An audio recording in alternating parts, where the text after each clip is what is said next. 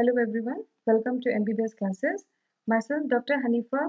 Today in this video I'll be talking on anatomy of deep neck spaces part 2. So as you have seen from the previous classes on anatomy of cervical fascia and anatomy of deep neck space part 1 that the deep neck spaces are formed by the deep layer of the cervical fascia and the neck spaces or the facial spaces are both present in the facial region and in the neck region. I have already discussed in the class on anatomy of deep neck space part 1 the facial spaces of the facial region. You can go through that where we have discussed about the buccal space, canine space, masticator space and the parotid space. Today in this part 2 video, we'll learn about the deep neck spaces of the suprahyoid region. We'll be talking on sublingual space, submental space, submandibular space and the peritonsillar space. Then I have designed the class into 3 parts. So in the third part of the deep neck space, the parapharyngeal space will be taken along with the rest of the neck spaces. So let's begin with the sublingual space. So sublingual space, it is the space which is contained by the mucosa of the floor of the mouth above and the mylohyoid muscle below. So if you see here, this is a coronal section of the facial region. You can see here, this is the tongue, this is the floor of the mouth, this is the body of the mandible, and here you can see this is the mucosa of the floor of the mouth. So the upper part of the sublingual space is formed by the mucosa of the floor of the mouth.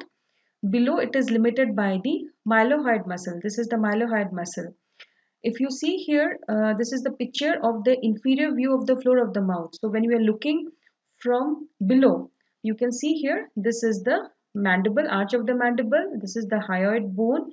This is the mylohyoid muscles, which is spread in a V-shaped manner.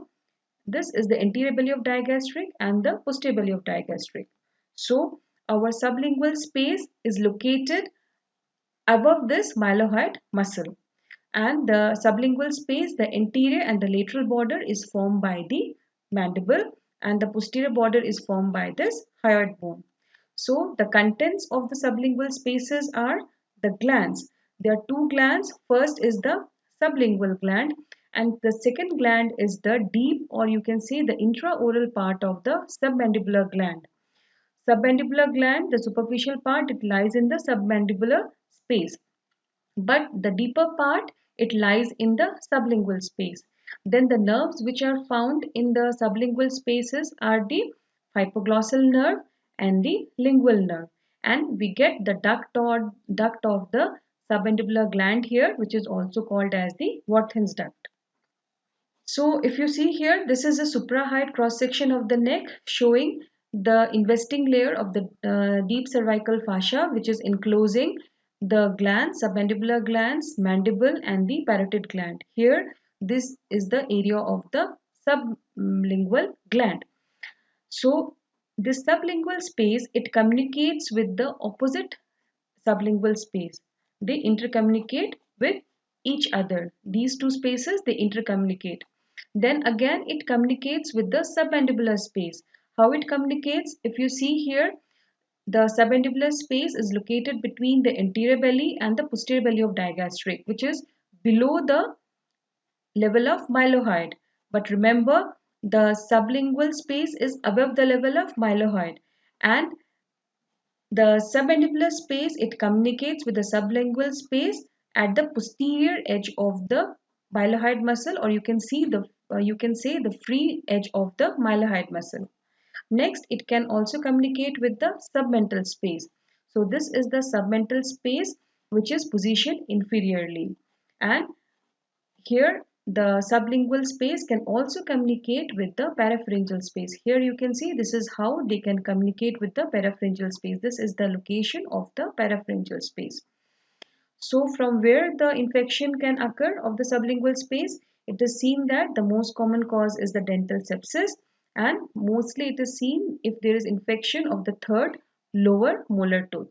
Then again, the silolithiasis means a stone in the duct of the gland.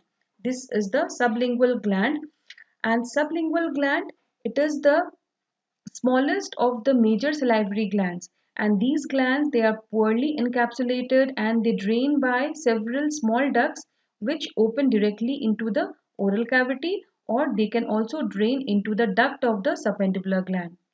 So if sometimes there is a stone formation in the duct of the gland, it can also lead to the infection of the sublingual space. Then sometimes it can also occur following infection of the ranula. So the next space today we are going to discuss is the submental space. So submental space, if you see here, submental space, it is located below the chin. So if you see again the sagittal section, this is the mandible, this is the hyoid bone. The purple color line is resembling the investing layer of the deep cervical fascia. So if you remember from the anatomy class of the cervical fascia, it invests the muscles of the neck and it is attached to the mandible to the hyoid bone. So here the red line, it signifies the mylohyoid muscle. This is the mylohyoid muscle. So the submental space, it is the space which is located below the chin and it is bounded superiorly by the mylohyoid muscle. This laterally by the anterior bellies of digastric. So the submental space is between, it is a triangular shaped space between the two anterior belly of digastric, and it is beneath the, or you can say beneath the mylohyoid muscle and the investing layer of the deep cervical fascia. So again, if we see the connection of the submental space, so this is the submental space. This area between the anterior and posterior belly is the submandibular space. So the submental space can easily communicate with the submandibular space laterally, and when the infection it spreads above beyond the posterior margin of the mylohyoid, it can also involve the sublingual space. The contents of the submental space are, it contains fat, lymph nodes and the anterior jugular vein. Now let's see the sources of sepsis of the submental space. So in the submental space, infection can occur, can be due to the dental origin, and it is seen it is mostly due to the mandibular incisors. So if you see again, this is the mandible, this is the hyoid bone, and if there is any infection of the incisor tooth of the mandibular incisors, it can lead to the infection of submental space. Then it can occur following infected ranula. Since the lymph node is a part of the submental space, if there is any lymphadenitis, it can lead to the sepsis of the submental space, and sometimes the infection can also extend from the submandibular space to the submental space. So this is how the submental space infection can occur.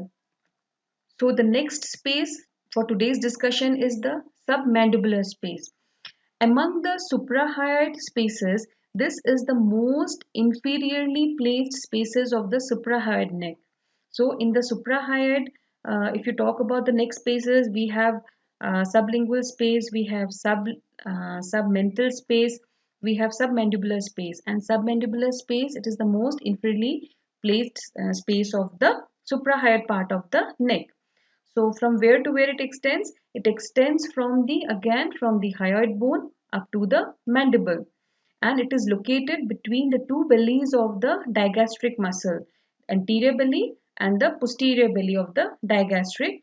Medially, it is lined by the investing layer of the deep cervical fascia that covers this mylohyoid muscle, hyoglossus muscle, this is the hyoglossus muscle, and the hypoglossal nerve.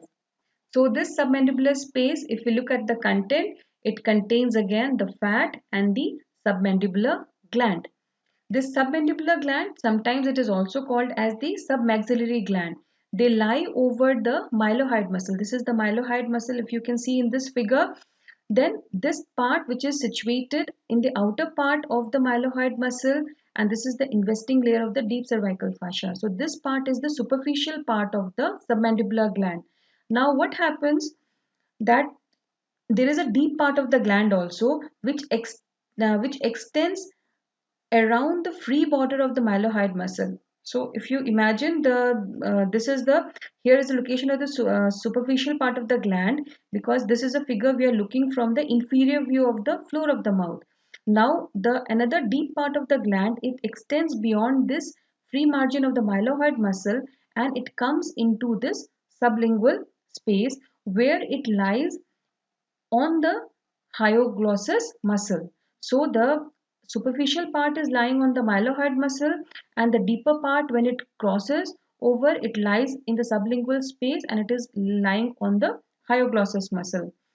And this deeper part, it is in contact with the stylomandibular ligament, which is situated posteriorly.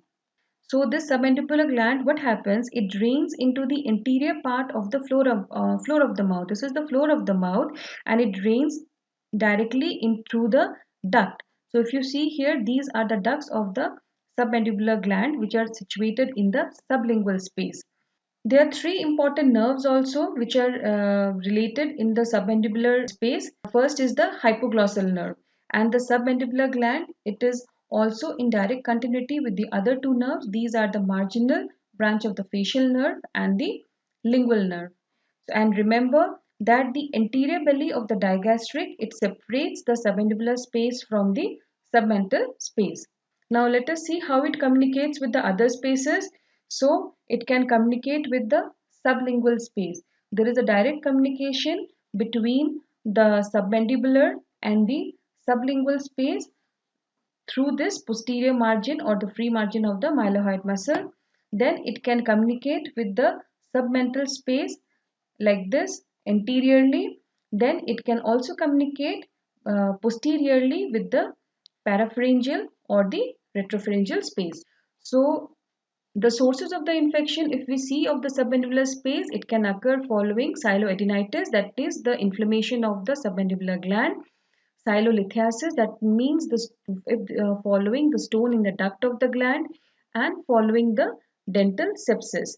So the tooths which are responsible for the infection of the submandibular space, it is seen that the second and the third mandibular molars are responsible. Now let's see why. So if you see here, this is the cross section of the mandible and showing the medial surface of the mandible. Here you can see a mylohyoid line. If you remember from the anatomy class of the deep cervical fascia, again, if you remember, the investing layer of the deep cervical fascia is attached to the mandible at this mylohyoid line, and this is the upper limit of the submandibular space.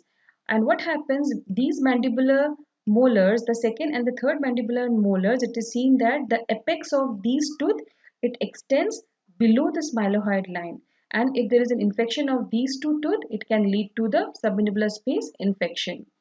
Now let me tell you about one disease called the Ludwig's angina. Sometimes it may come as a short note, it may come as a long case also for you people. I'll be taking it separately in another video. So Ludwig's angina, it refers to the inflammation, cellulitis or abscess of the dental origin that involves the three spaces. The spaces are the sublingual space, submental space and the submandibular space. That's why we are taking the deep neck spaces in the three parts, because these spaces are really very important to understand. Now the last space for today's discussion is the peritonsillar space. So if you remember from the class on anatomy of the tonsils, the peritonsillar space is present between the capsule of the tonsil. So if you see here, this is the tonsil and this is the capsule of the tonsil. The bed of the tonsil is formed by one muscle which is called as the superior constrictor muscle. So the peritonsillar space is the space between the capsule of the tonsil and between the bed of the tonsil. If we look at the content, it contains mainly the loose areolar tissue. One important vein it runs through this is the paratonsillar vein. Why this peritonsillar space is important? Because if there is an abscess of the peritonsillar space, this condition is called as the quinsy. And again, for detailed video on the quinsy, I have already taken. For details about the quinsy, please go through the video on the quinsy or the paratonsillar abscess. So with this, I come to an end of this video. About the rest of the deep neck spaces, I will be taking in the third part of the class. With this, thank you for watching the video.